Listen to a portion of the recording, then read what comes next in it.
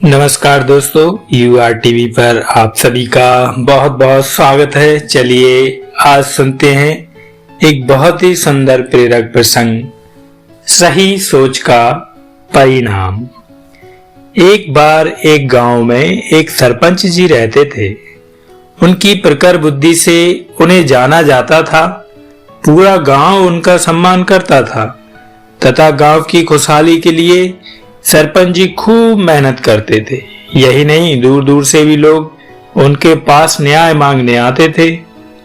एक बार दूर से उनको मिलने एक व्यक्ति आता है और कहता है कि मैंने किसी यात्री को रात में रहने के लिए जगह दी थी, किंतु वह कीमती चीज लेकर भाग गया। सरपंच जी कहते हैं, उस व्यक्ति को और जिसने उसे पकड़ा उसे यहाँ उपस्थित करो। दूसरे दिन दोनों को उपस्थित किया गया। सरपंच जी पहले यात्री अतिथि से पूछते हैं कि क्या तुमने चोरी की है? वह कहता नहीं, मैं तो आराम से कमरे में सो रहा था। मैंने चोर की आवाज सुनी तो उसके पीछे भागा और मुझे ही दोषी बताया गया। फिर दूसरे कैदी से पूछते हैं जो कि गांव का ही चौकीदार था। वह कहता है कि मैंने इसे भागते हुए देखा, तभी मैंने इसको पकड़ा। सरपंच की कुछ समझ में नहीं आ रहा था। उन्हें दूसरे दिन आने को कहा, लेकिन दूसरे दिन भी कुछ ना हुआ।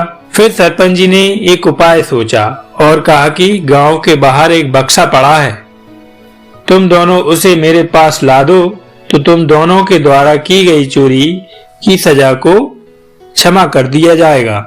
दोनों दौड़ते हुए जाते हैं और दोनों चले जाते हैं। बक्सा लाते समय दोनों बातें करते हैं कि तू गांव का चौकीदार है तो फिर चोरी क्यों करता है?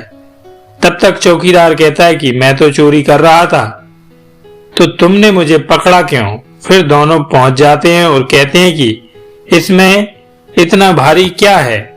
सरपंच जी बक्सा खोलते हैं तो उससे एक आदमी निकलता है। वह आदमी सब कुछ कहता है जो उसने सुना था। आखिर चौकीदार को सजा होती है और अतिथि को सम्मानित किया जाता है। आखिर सरपंच जी की सोच ने एक सही फैसला सुनाया, जिससे वह अतिथि निर्दोष साबित हुआ।